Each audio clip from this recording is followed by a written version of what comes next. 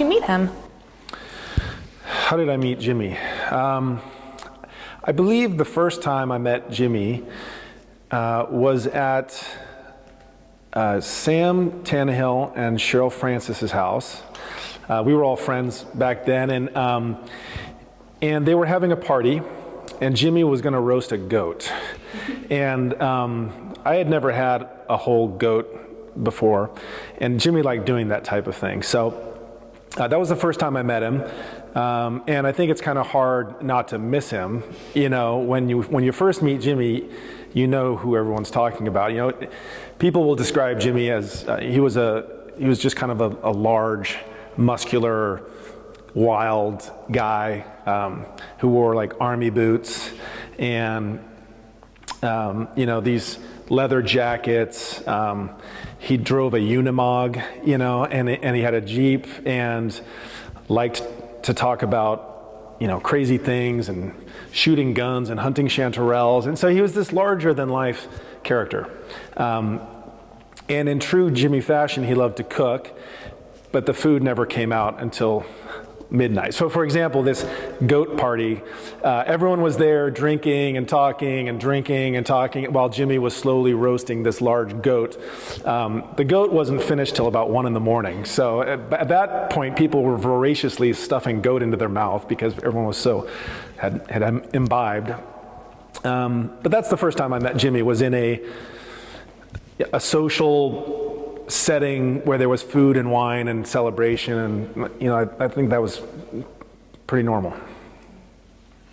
What were the early years with him like? You know, so Jimi and I were friends, and I was fortunate enough to hang out with him from time to time, but as in all of our lives, not often enough. You know, Jimi was making wine and was an assistant winemaker at Willa Kenzie, and so, you know, we knew each other in the professional way. We knew we both made wine, and so, like many people in the community, I would talk to Jimi and he would talk to me. How'd you do this? What about that? I'm having issues with that. How did you sell wine to this restaurant? How do I get a hold of that person? So a lot of what we, you know, when we did meet and talk to each other, you know, it's being in the same industry, we would get together for lunches and talk about wine, talk about winemaking, talk about wine sales, because we were two young guys. You know, he had started before we did, but we were two young guys trying to run wine businesses. So I think we had that in common, as did all of his friends. They were either young distillers or young winemakers, really starting a career. What was he passionate about? Well, his son, first and foremost. Again, he went to Unimog festivals, which are these enormous army vehicles. I never quite understood it, but he loved cars, he loved hunting mushrooms, he liked shooting guns, he liked Russian gypsy music. He'd go to concerts and he loved vodka, Russian vodka, and he liked a lot of Eastern European type things. And he loved cooking. He would put on these amazing paella parties, and he would have fire dancers in his backyard. And much like the goat party, you know, everyone would be drinking and drinking and talking and drinking. And then around 11, he'd realize he hadn't made the paella, so then he'd start making the paella, and it was never done till about 1 a.m. But he threw great parties at his little house in McMinnville, and he was just kind of a larger than life guy. And everyone wanted to be around him. He had that magnetic personality, very friendly, looked intimidating. You know, there's something about Jimi that looked like, oh my God, you know, but he was like a big teddy bear. You know, he had a great, warm, heart-friendly personality. So, yeah, I mean, we saw each other in social settings, and he was the center of it all. You know, he just had that kind of maverick, you know, rogue personality who was always coming up with great ideas for fun things, and people wanted to be a part of that, be next to him, you know. What was the Oregon wine industry that Jimi came into like? So he came into the industry before I did, so he could have answered that question better, but if it was anything like when we got in just 3 years later, it was a warm community. It was a receiving, welcome community. it was easier to get a job in a winery then. And so it was also the perfect time, both, again, the economy and the excitement around Oregon Pinot Noir, where young brands were having good success, getting started. If you could find fruit and a place to make it, you were going to be okay. And the Portland market, where Jimi was very much in tune with, was also quite welcoming and excited about Oregon wine. A small brand back in the 90s could have made 1,000 cases a year and sold it all in Portland. Tourism was also picking up, which means that people were knocking on doors and saying, is this your winery I've heard about? Can we taste? Can we buy? So the tourism was exploding in the valley. The Oregon wine market was quite welcoming and able to sell someone like Jimi's or my total production. So it was actually a really wonderful time to be getting into the industry. Not a slam dunk or a home run, not guaranteed. There was hard work that was needed, but when people say the good old days, I think that period was kind of the good old days. What impact did Brooks under Jimi have on the Oregon wine industry? Well, that's a good question. I think that Jimi's wines were of high quality. He loved Riesling. There weren't a lot of people making Riesling back then, but he really wanted to champion it. Knew what he liked, made good Riesling, made good Pinot Noir. Had this crazy label that was, made after in the image of his tattoo. I think that kind of sums Jimi up. People are like, "Wow, what is that? It's this dragon. I'll show it to you." And he had these whimsical, fun names for his wines. He was really into. I guess when he was younger, Janie was saying, he was kind of like that maybe Dungeons and Dragons guy, or liked fantasy and wore trench coats and had long hair and had a dragon tattoo. And I think that, that really showed in his wines and his wine style. And so he fit perfectly into the Oregon wine industry because he was one of those maverick type personalities. He was an iconoclast, really just. He thought in a different way and presented his wines in a different way, and that in Oregon is totally welcome and accepted. And so he meshed perfectly. And I think that just his warm personality, his giving character, his nature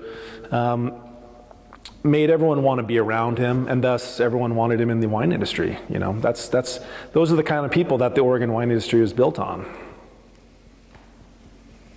Can you talk about the days leading up to and then after Jimi's death, Sure. From beginning to end? So the night before Jimi died, we had dinner together. Sam Tannehill and Cheryl Francis and my wife Caroline and I and Jimi had dinner at Tina's restaurant. And so it's one of those funny things where I hadn't seen Jimi in maybe a month or something.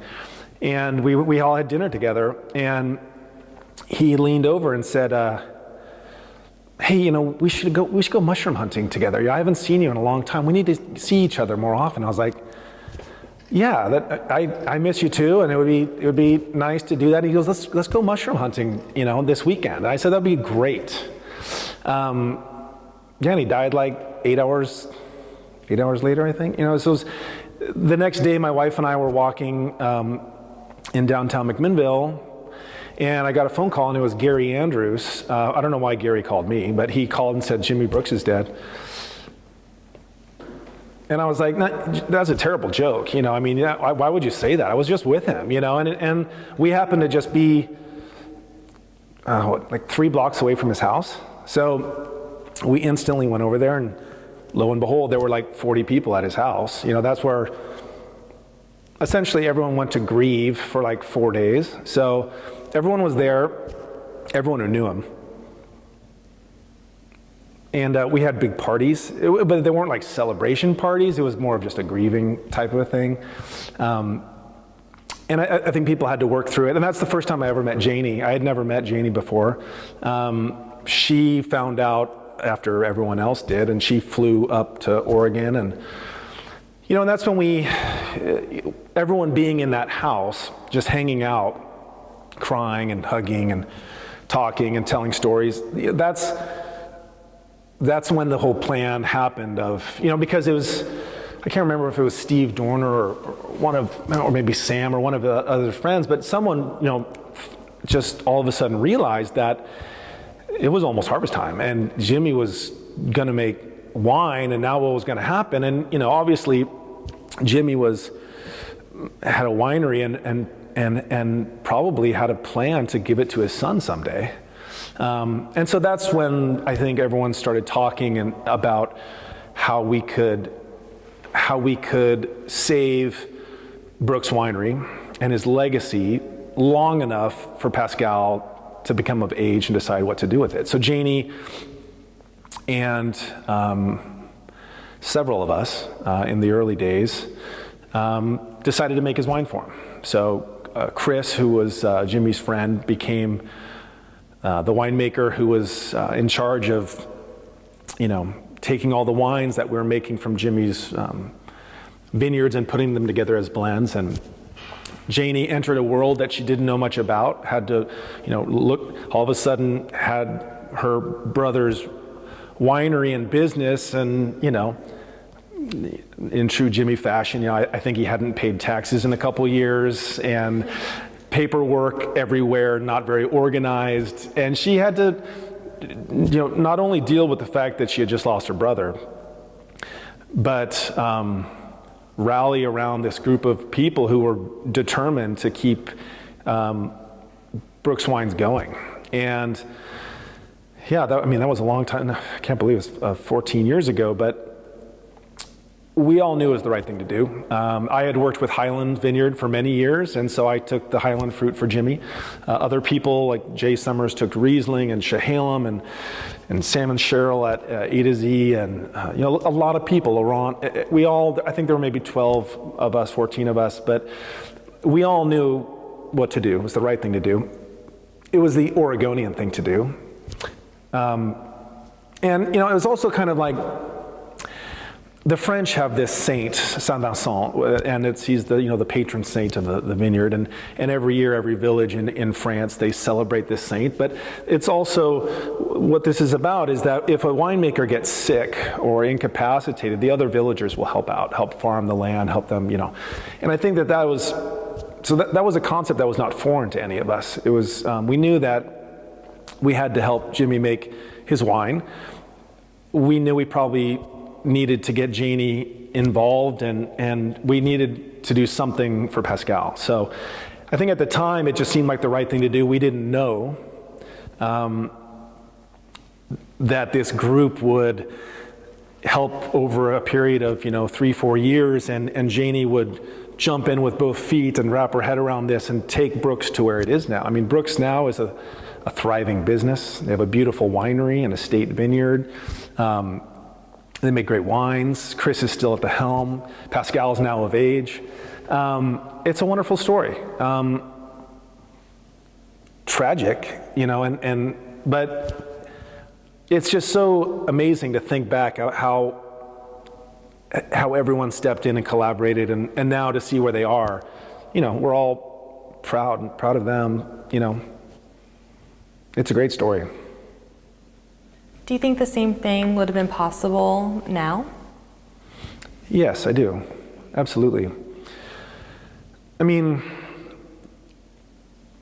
that group of friends is still friends, and those people are all very caring and giving. And I think if any of our friends nowadays had a tragedy like that, I know that the Oregon wine industry would rally and do that. The amazing part of that story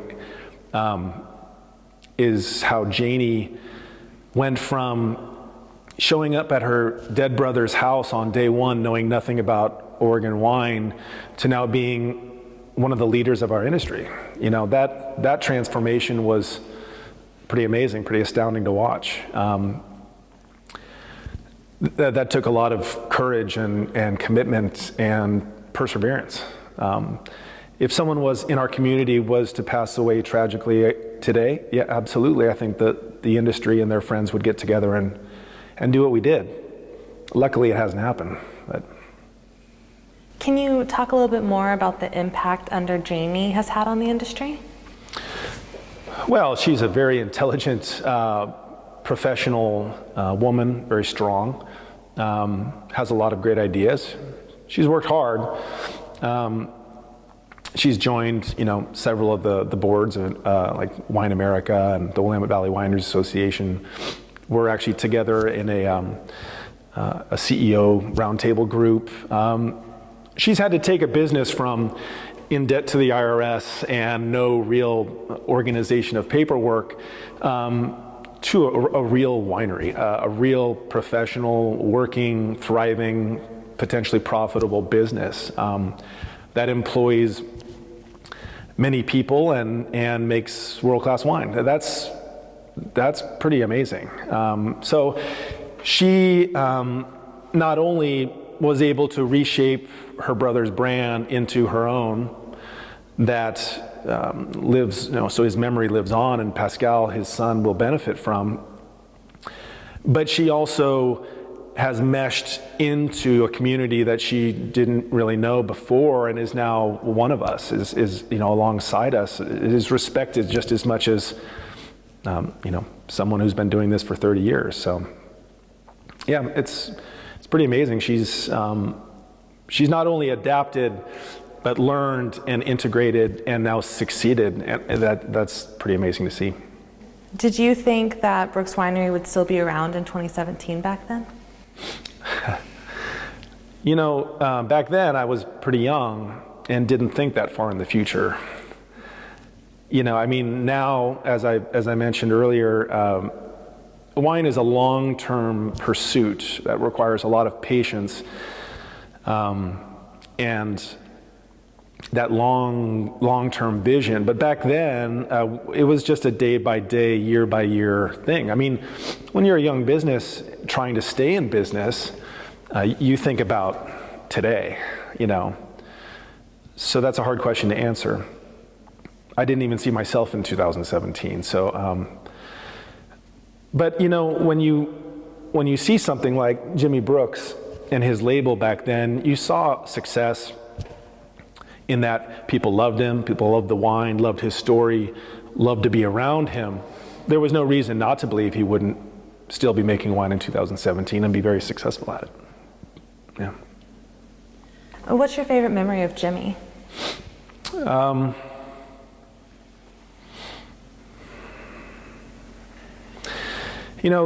It's funny, I've thought about that a lot. Memories fade after 14 years. It's hard to believe it's been that long since he died. My greatest memories of Jimi were just him. He was he was one of those people that you walk into the room and he was there and you just smile. You're like, oh good, Jimmy's here. So those, obviously the paella parties that he threw with fire dancers and, drinking cold shots of Russian vodka in his refrigerator out of these little thimbles he collected, and going mushroom hunting at this special place that a Native American told him never to tell anybody, but he told everybody in the valley where it was. Driving in his crazy Jeep, all of those things were great memories. And so I don't have just one. It was just fun to be around him, to eat with him, to drink with him. He was a funny, fun guy. Do you have a favorite memory of Jimi and Pascal together? I did not see them together that often. At the time, Pascal was living more with his mother. So I only had met Pascal maybe one or two times. He was a young boy, and he had a messy room with GI Joes and Army guys, and you could tell that Jimi, I think, maybe secretly deep down wanted to be like a special forces someone. Like he had this like, you couldn't picture him in the military, but I think he wanted to be like a Navy SEAL or something. And so he talked a lot about jets and airplanes and guns and tanks, and he loved military machinery and things like that. And so Pascal idolized his dad and had toys that were tanks and airplanes and cannons and GI Joes, and he was just a mini Jimi, and it was really cute to see. And now when I see him as a grown man, it's shocking because there's such a resemblance to Jimi. It's just kind of like every time I see him, I have a double take. But I think it was just seeing how much Pascal idolized his father was quite special. Why does the Jimi Brooks story in general resonate with so many people? Well, there's the story of tragedy, community, perseverance, and those are all things that I think people identify with, or it's authentic. To die at that age is tragic. To leave a son is tragic. To see a community come together is amazing. To see that community's efforts and a sister's efforts then not only survive, but succeed and then prosper. There's no part of that story that is not heartwarming, authentic, unique. It's tragic that such an amazing story had to happen, starting with the death of a young man, but I think that no matter who hears that story and sees where they are now, can't help but want to be a part of it somehow.